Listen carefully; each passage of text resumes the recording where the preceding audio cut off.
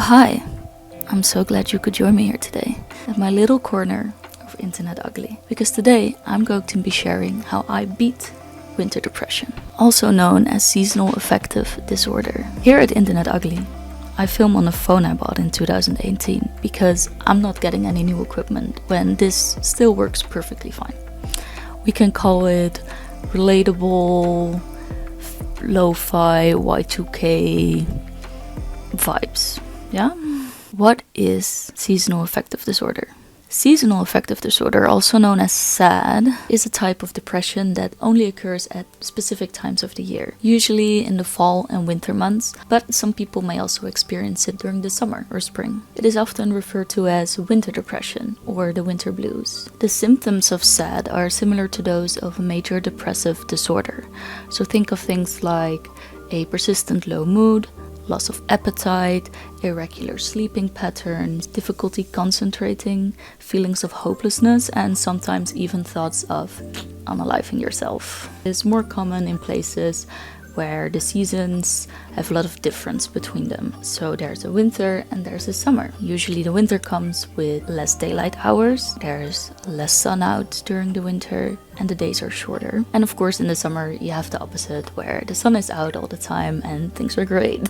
This means that seasonal affective disorder is more common in places further from the equator, where daylight hours differ a lot. So it is believed that SAD is because of the change in daylight hours, but it's not really known what causes a seasonal depression in someone. It may be stresses associated with the winter season, such as the holidays coming up, or the fact that you have to shovel snow or drive through the rain to work. All these things can contribute to a lower mood in the winter months. This video will have two parts. Firstly, I will share with you my base for getting through the winter.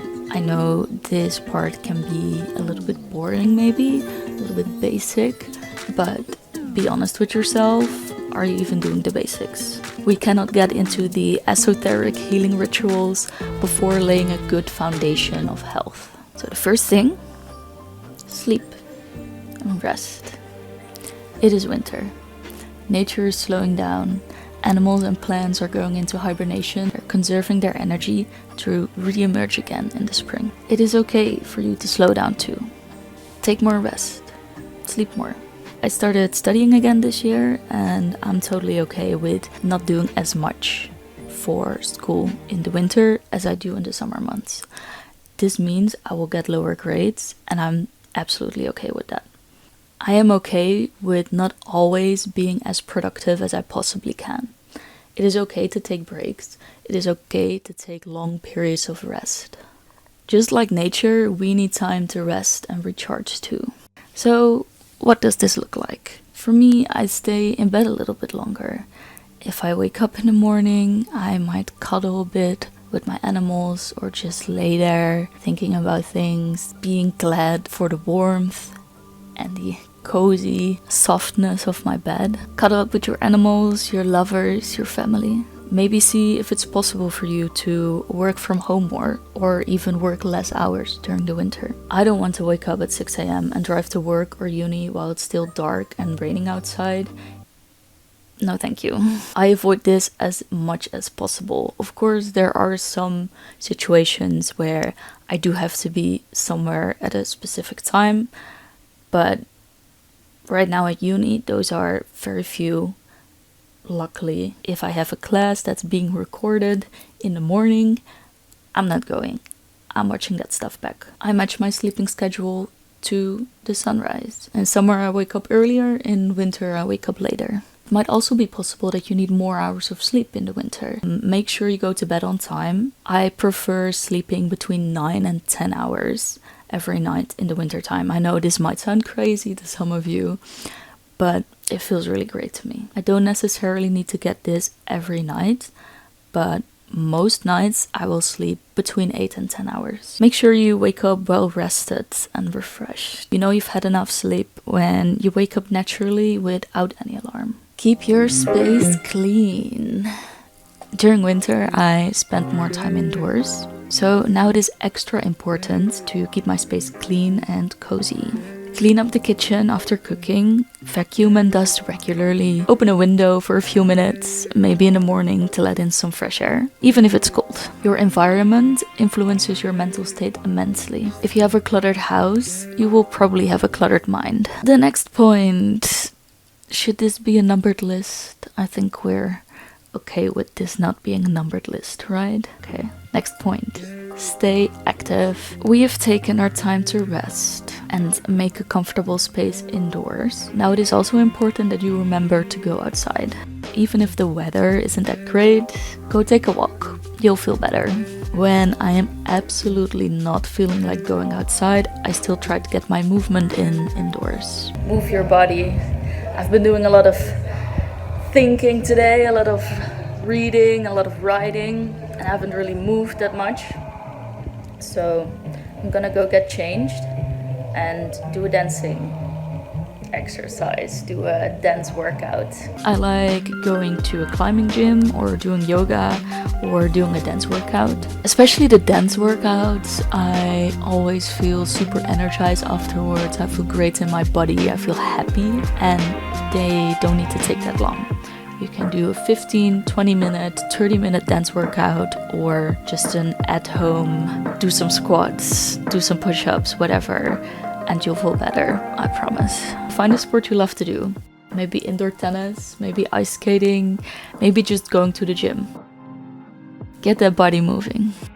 And if you can, spend time outdoors. Reduced exposure to natural sunlight is a very probable cause of SAD.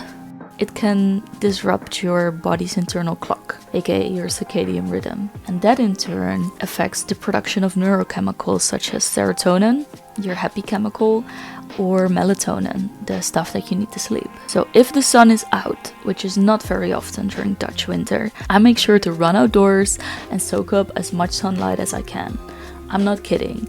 I will change my plan that I had laid out for the day in order to get some sunlight. That means I am taking a break or doing some work outside right now before the sun goes away again in 20 minutes. The recommended time outside in the sun is 10 to 15 minutes per day without sunscreen. And this will give you 80% of your daily recommended vitamin D dose. The rest you can supplement with your diet. Eat your mushrooms, kids. To the next one, they kind of go together. Vitamin D. Reduced exposure to sunlight can lead to lower vitamin D levels, and some studies suggest a link between low vitamin D levels and depressive symptoms. We're getting sad because we're not getting that D. Vitamin D, however, is a little bit complicated. It is not one clean-cut thing. Vitamin D is a group of fat-soluble secosteroids. And it's a hormone. It has a bunch of different metabolites. It's pretty complex and I will not pretend to understand it. But best guesses so far, you need it and you don't necessarily need the sun to get it. On days or even weeks where I do not see the sun, I take a vitamin D supplement or make sure I get a lot of vitamin D through the foods that I'm eating. Now, dietary vitamin D does still need to be activated in your body, but you don't need the sun to activate it. Your organs can do that on their own. And also exercise seems to play a role in upping your vitamin D levels. So that's one more reason to stay active. Okay, that was a lot. Time for a quick round. Food and water. First one, water. Our cells need water to function. And if you are dehydrated, your amygdala will not function properly anymore. It will be overactive, making you more anxious. Make sure you get your water in. If it's harder for you to drink cold water during the winter, then make hot drinks. I love me a good tea, be a herbal tea or some ginger tea. Okay, food. Make sure you keep eating enough and you keep eating enough whole foods. I know during winter that it is easier to go for the processed foods like burgers and fries and pastries. And sure, eat some of that. That's totally fine. You need to be getting in those calories, okay? But also eat a vegetable, eat a potato, eat a fruit. If you eat crap, you will feel like crap. The fruits and veggies don't need to be fresh. It can be frozen or maybe in juice form or a canned form. Get those vitamins get that fiber, stay glowing. And we are on to the last basic point already. Remember, this is just the foundation. If you got this, you're good.